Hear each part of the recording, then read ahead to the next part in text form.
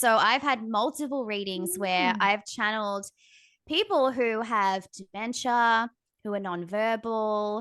And when I first started to do it, I was like, what do you mean this person's still alive? They're like, this literally sounds like my grandma who is in the aged care home right now.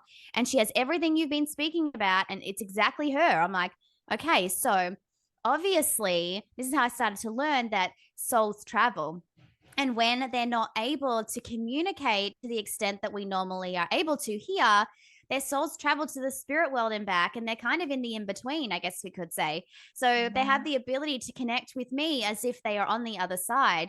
So sometimes it can bring a lot of closure and comfort to the people that are watching, their family members thinking they're suffering, being in this body and having this mind that's not really operating the way we would want it to.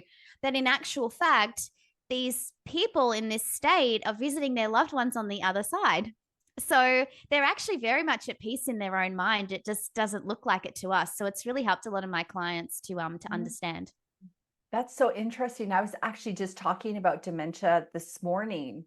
And I learned from one of my other guests, and I can't remember even who I had this discussion with right now, but we were talking about how a lot of people with dementia actually have decided to kind of just let go and like stop trying to control everything and in a way step back.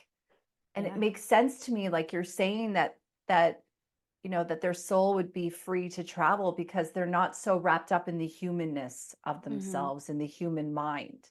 Yeah, they let go. And I think that they're very present when someone is with them, like in the room, if their family members come in and see them or if they're with people.